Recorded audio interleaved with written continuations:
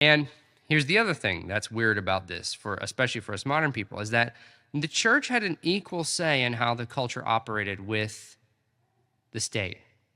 So there wasn't the church-state distinction. I talked about this last week. The church-state distinction would have been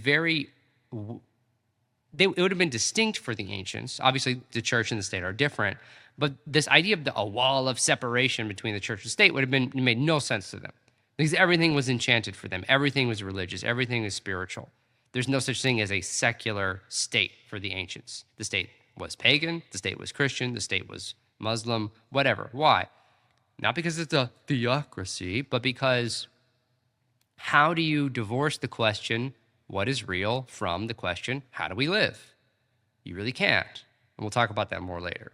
So the classic image for this is the Byzantine flag, right? The two heads of the eagle, one's church, one's state. And the idea is that one isn't higher than the other. They cooperate. This word for this was called symphonia, the harmony between church and state.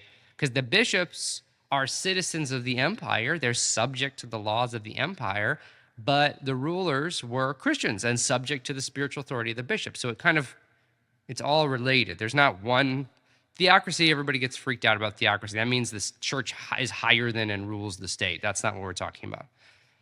And then the third thing that has been basically lied about for the last 500 years is that Christian theology shaped all of the advances in Western civilization, period, at that time. And I can get more into this if somebody wants to bookmark this and bring it up during Q&A, but the university system is a Christian invention. Modern science is basically a Christian invention.